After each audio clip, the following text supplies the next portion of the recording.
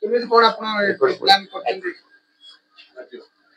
ଲଘୁଚାପ ପ୍ଲାନିଂ କଣ କରିବା ତ ନେଚର ଯାହା ଦବ ତେଣୁ ବର୍ଷା କାହିଁ ଜଣା ପଡୁଛି ହେଲା ଭଳିଆ ଏତେ ଲାଗୁନାହିଁ ତଥାପି ଚାଷୀ ସବୁ ଧାନ କଟା ସ୍ପିଡରେ ଚଲେଇଛନ୍ତି ଯେତିକି ଯଦି ବର୍ଷା ହୁଏ କିଛି ସାମାନ୍ୟ କ୍ଷୟକ୍ଷତି ହେଇପାରେ କିନ୍ତୁ ବର୍ଷା ହେଲା କାହିଁ ମତେ କମ ଲାଗୁଛି। କାଲି ଯୋଉ ଧାନ କଟା ହବ କେତେ କଣ ଟାର୍ଗେଟ ଅଛି?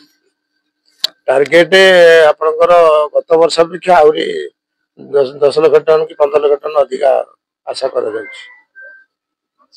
କଣ ବ୍ୟବସ୍ଥା ମଣ୍ଡିରେ କଣ ବ୍ୟବସ୍ଥା କରାଯାଇଛି ଯେତେବେଳେ ଆଣିବେ ଚାଷୀ ଧାନ କେମିତି ମଣ୍ଡିରେ ଚାଷୀ ମାନଙ୍କ ପାଇଁ ଆପଣ ଖାଇବା ପିଇବା ବ୍ୟବସ୍ଥା କରାଯାଇଛି ଟଏଲେଟର ବ୍ୟବସ୍ଥା କରାଯାଇଛି ଆପଣଙ୍କର ମିଲ୍ ମାଲିକ ଏଥର ଟାଇଟ୍ କରାଯାଇଛି ଠିକ ସମୟରେ କେମିତି ଗାଡି ପହଞ୍ଚେଇବେ ସବୁ ପ୍ରକାର ଯେମିତି ବ୍ୟବସ୍ଥା କରାଯିବା କଥା କରାଯାଇଛି କିନ୍ତୁ ତାପରେ ବି ଦେଖିବ ତାପରେ ସମସ୍ତଙ୍କର ତୀକ୍ଷ୍ଣ ନଜର ରହିଛି କେମିତି ସୁଚାରୁ ରୂପେ ଧାନ ଉଠିବ ଚାଷୀ ମାନଙ୍କର ସେ ବ୍ୟବସ୍ଥା ସରକାର ସତ ଚେଷ୍ଟା କରିଛନ୍ତି ଠିକ ଭାବରେ କରିବା ପାଇଁ ତେଣୁ ମଣ୍ଡି ଖୋଲିଲା ପରେ ସୁବିଧା ଯାହା ହବ ସାଙ୍ଗେ ସାଙ୍ଗେ ତାକୁ ସମାଧାନ କରାଯିବ। କଟକି ଚଟଣି ଗୋଟେ ବଡ ସମସ୍ୟା ରହିଥାଏ ଏଥର କେମିତି ତାକୁ ମଜା କରିବେ?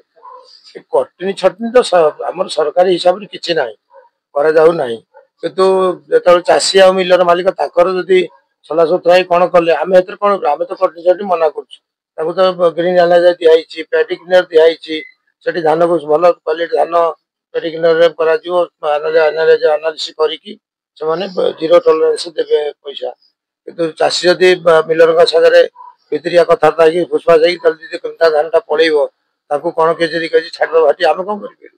ସାର୍ ଆଉ ଗୋଟେ କଥା ରହିବ ଧାନ ବର୍ତ୍ତମାନ କିଣା ହବ ଡିସେମ୍ବର 25 କିନ୍ତୁ ଦେଖିବାକୁ ଗଲେ ବର୍ତ୍ତମାନ ସୁଦ୍ଧା ମଧ୍ୟ ଆଗୁଆ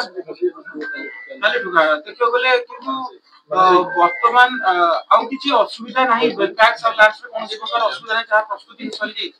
ପ୍ରସ୍ତୁତି ସବୁଠି ସରିଯାଇଛି ଆପଣଙ୍କର ଆସନ୍ତାକାଲିଠୁ ମଣ୍ଡି ଖୋଲୁଛି।